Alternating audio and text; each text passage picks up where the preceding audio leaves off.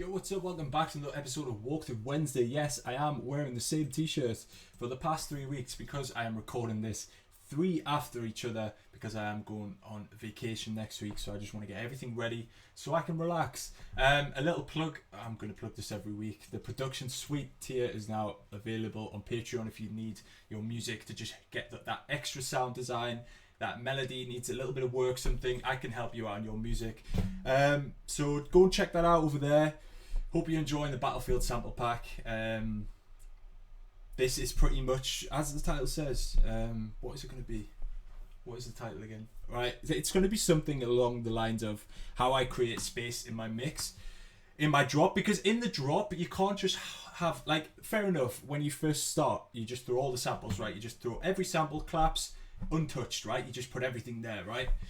But as you get more experienced and as you become, you know, as you release on the bigger labels, you need to start making sure your mix is as clean as possible. And the way to do that is to make sure everything has its own space in the spectrum, pretty much.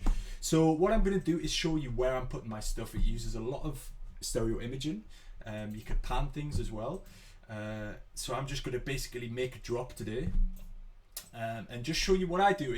I'm not saying this is the way everyone should do it. Some people might like to pan certain things differently or have certain things stereo, certain things mono. But this is the way I like to do it. This is the way I approach it. So I think it's a good thing to show you what I'm doing. So this is the drop lead.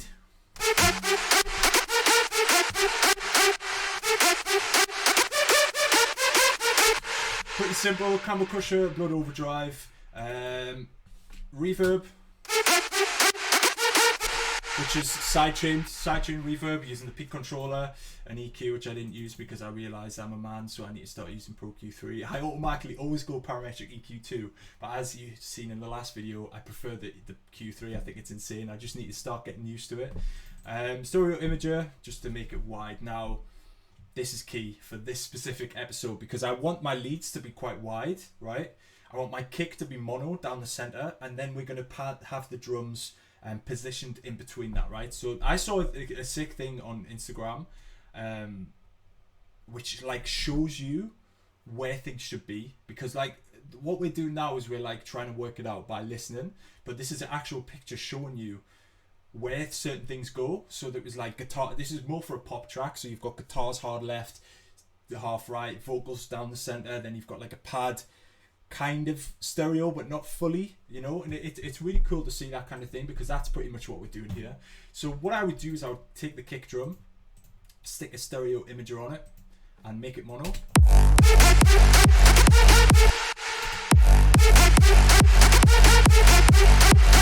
It's such a small difference, some of you might not have heard it, right? But all these little details and these little differences all make up one really clean and like sick end product.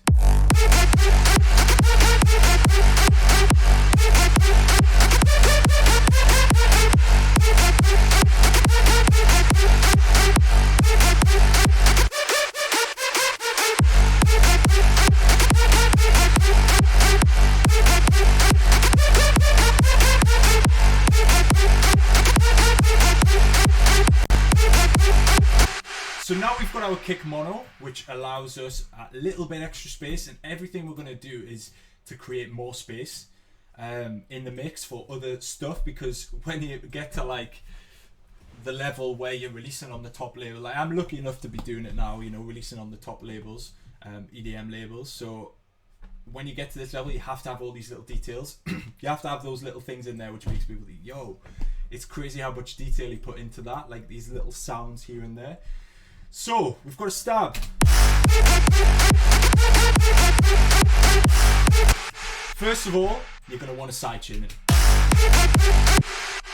You want that kick to click as much as possible. We want it to punch through the mix. Now, where would I position this? It all depends, man. Like sometimes I've had mono stabs before. I've had slightly mono stabs before. With these ones, maybe I would want to go stereo with it.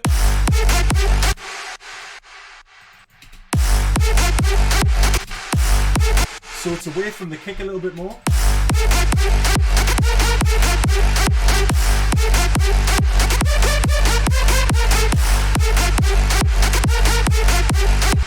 This drop is so old school, man. It's like the old school big room drop.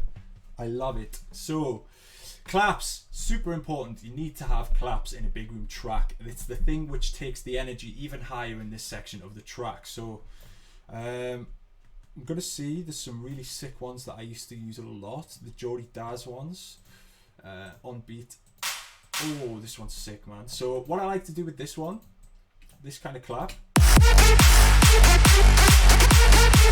it's like a real W&W thick kind of clap. I always like to stick a sound godizer or an OTT on it just to give it some extra power, you know, some extra power.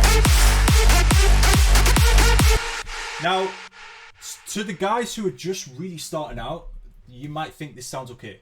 But for me, with my kind of experience, I guess, to me this is like, it needs to be positioned a lot nicer. So we're just going to play it with this. What I like to do is stick my claps in mono. Not completely, you know, stereo claps kind of overbearing even if you turn down the volume. So I'm just going to find the sweet spot.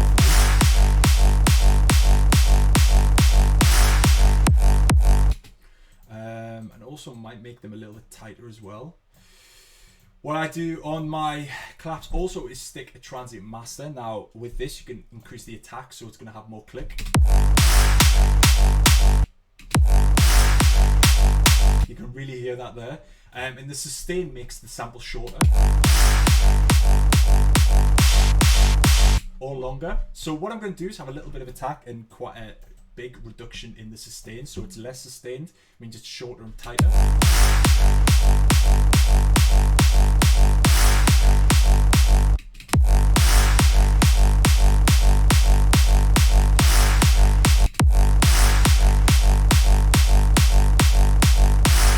Let's see when we bring the lead back in.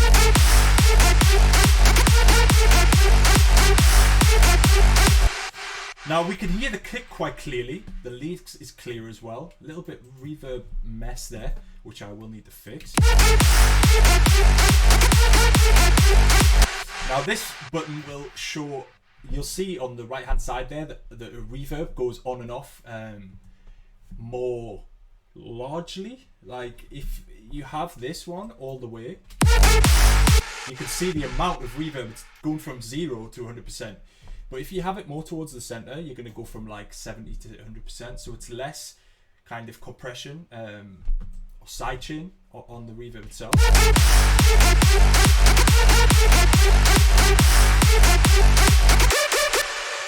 So claps sounded okay, just volume wise now, I think.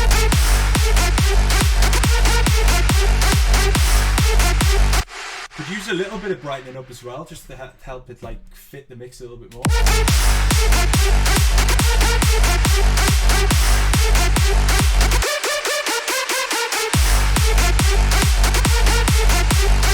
I'm definitely finishing this track, by the way. This is kind of a sick drop. So yeah, I'll save that later on. Claps, we've got the claps in now. White noise is a pretty tough one, man. I've struggled with white noise EQ a lot, because listen to what it does. Let's take a Cashmere one, because this one was EQ'd a little bit by me for the sample pack. Let's take a normal Cashmere one. White noise, exhaust. This one. White noise is, you know, it's a very important thing for pretty much most genres. You know, pop music, white noise just isn't used, right? This is like for the festival music, the club music. Now, what I like to do, as always, is sidechain, because it's just a small sidechain, not super heavy. Obviously, we're going to EQ.